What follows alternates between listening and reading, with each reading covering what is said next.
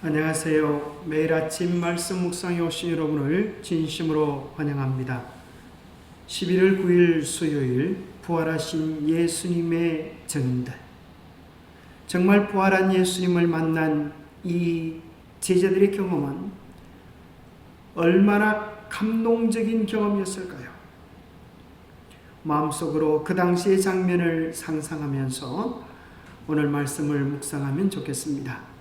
부활하신 예수님을 처음 만났을 때 제자들의 반응은 어땠을까요?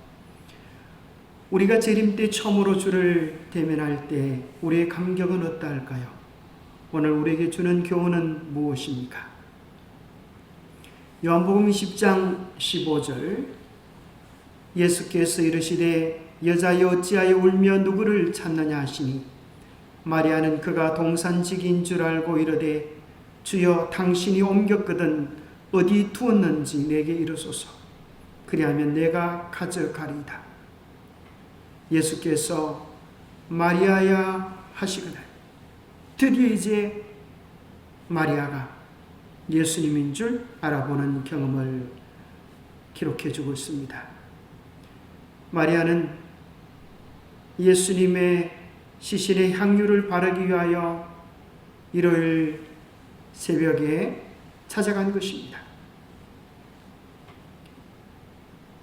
부활한 예수님을 보고서도 예수님인 줄 깨닫지 못하고 동산직인 줄 알고 예수님을 향하여 주여 당신이 옮겼거든 어디에 두었는지 이르소서 그렇게 이야기하고 있습니다.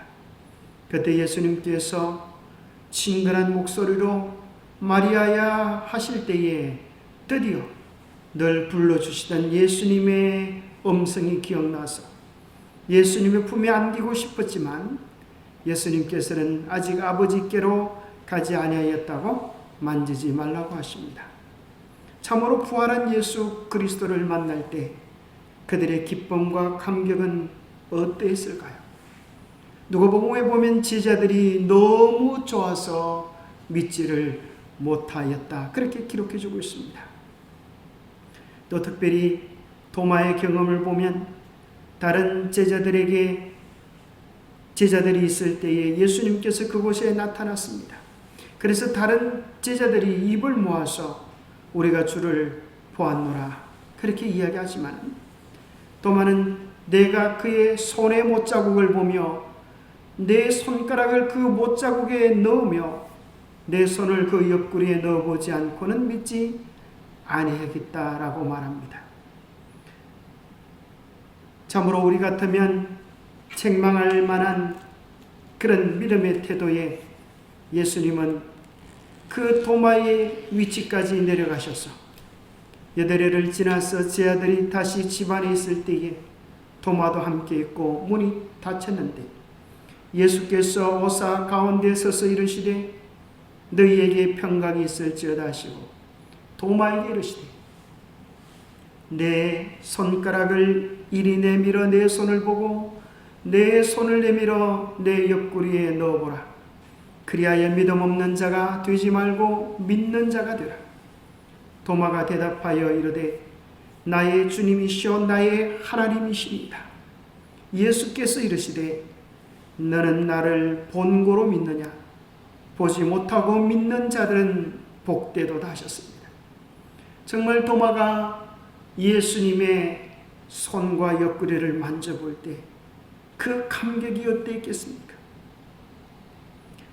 도마는 주님의 크신 사랑과 임재 앞에 굴복하며 나의 주님이시오 나의 하나님이라고 고백하게 됩니다. 도마는 예수님을 본고로 믿지만 우리는 보지 못하고 믿는 자들입니다. 그러면 우리가 어떻게 보지 못하고 예수님을 믿을 수 있습니까?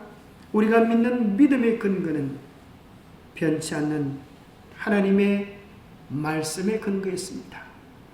우리의 믿음은 근거 없는 것이 아니라 천지가 없어질지라도 1.1획도 변하지 않을 든든한 하나님의 말씀에 기초되어 있는 것입니다. 우리는 예수님을 만났던 여러 사람들을 교과를 통하여 다시 이렇게 정리해 봅니다. 막달라 마리아와 여인들에게 예수님께서 나타나셨습니다.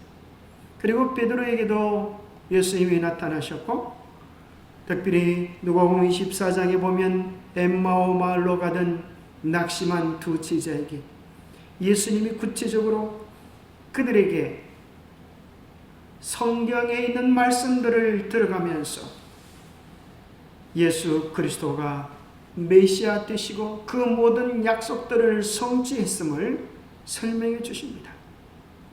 드디어 제자들의 눈이 밝아져서 예수인 줄 알아볼 때에 예수님은 그 자리를 떠나셨습니다.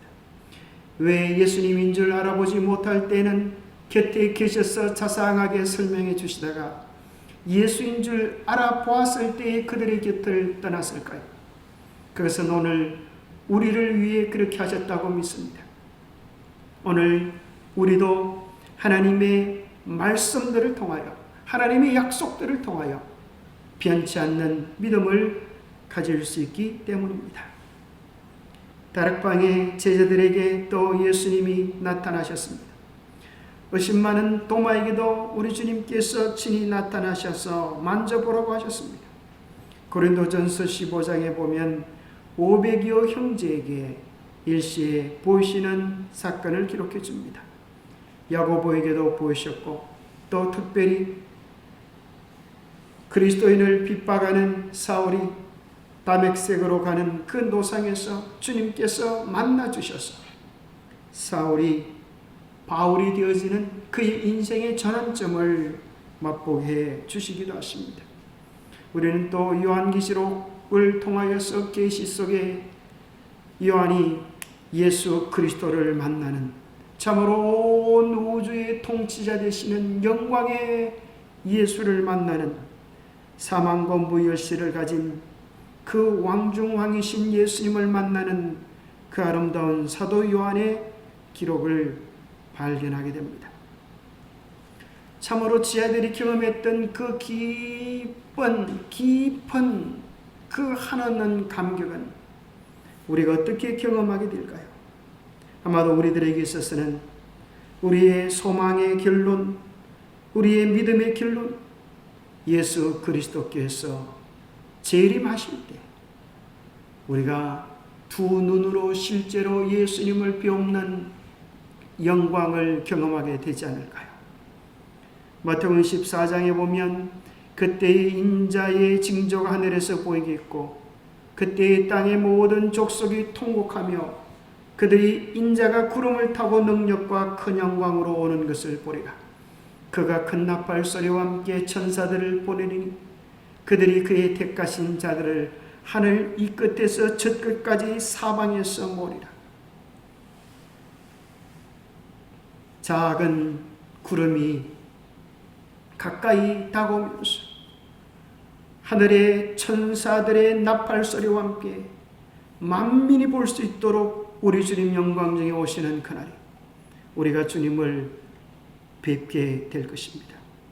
갈릴리 사람들아 어찌하여 서서 하늘을 쳐다보느냐. 너희 가운데서 하늘로 올리어지신 이 예수는 하늘로 가심을 본 그대로 오시리라고 하는 감격의 메시지가 있습니다.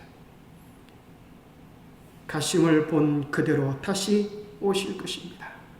영광 가운데 계신 예수님을 배울 때 이제는 더 이상 말이 필요 없을 것입니다. 천하 만민이 그들의 눈으로 예수 그리스도를 바라보면서 어떤 사람은 통곡할 것이요 어떤 사람은 기뻐 노래할 것입니다. 우리의 마음이 다시 오실 주님을 기다리며 고대하며 준비할 수 있게 되기를 바랍니다. 그것은 마치 겨울이 다가오는 것을 아무도 막을 수 없는 것처럼 이 세상의 어떤 권세도 막을 수 없는 역사적 실제적 사건이 될 것입니다. 평화를 선포하시는 예수님, 부활하신 후 처음으로 제자들에게 나타나신 주님은 이제도 너희에게 평안이 있을지어다 라는 축복의 말씀으로 그들에게 말씀하셨다. 예수께서는 항상 의심과 공포심에 사로잡혀 번민하는 영혼들에게 평화를 선포하실 준비를 하고 계신다.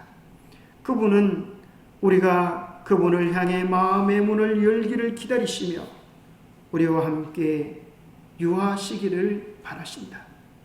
주님은 오늘 우리에게도 너희에게 평강이 있을지어다. 성령을 통하여 우리와 임재시고 세상 끝날까지 함께해 주실 것입니다.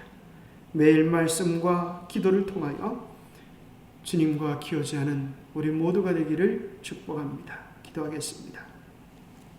하나님 아버지, 참으로 우리에게 세상이 알지 못하는 놀라운 복된 소식을 주셔서 감사합니다. 죽음을 끝장내시고 절망을 끝장내시고 무덤을 여시고 부활하신 예수 그리스도를 대면할 때 제자들의 감격과 기쁨이 어떠했겠습니까? 뿐만 아니라 우리는 머지않아 이 땅에 다시 오실 그 영광스러운 예수 그리스도의 재림을 고대하고 소망합니다. 우리는 비록 보지 못했지만 하나님의 변치않는 말씀을 통하여 믿고 바라며 주장할 수 있습니다. 성령을 통하여 우리에게 하나님의 사랑과 은혜들을 깨닫게 하시고 경험케 하시는 하나님의 놀라운 섭리와 사랑들에 감사합니다. 그 귀한 사랑 우리가 누리고 나누며 축복의 통로로 살아갈 수 있도록 복 주시옵기를 우리 주 예수님 이름 의지하여 간절히 기도 올려옵나이다. 감사합니다. 오늘도 주님과 동행하는 축복의 하루 되시기 바랍니다.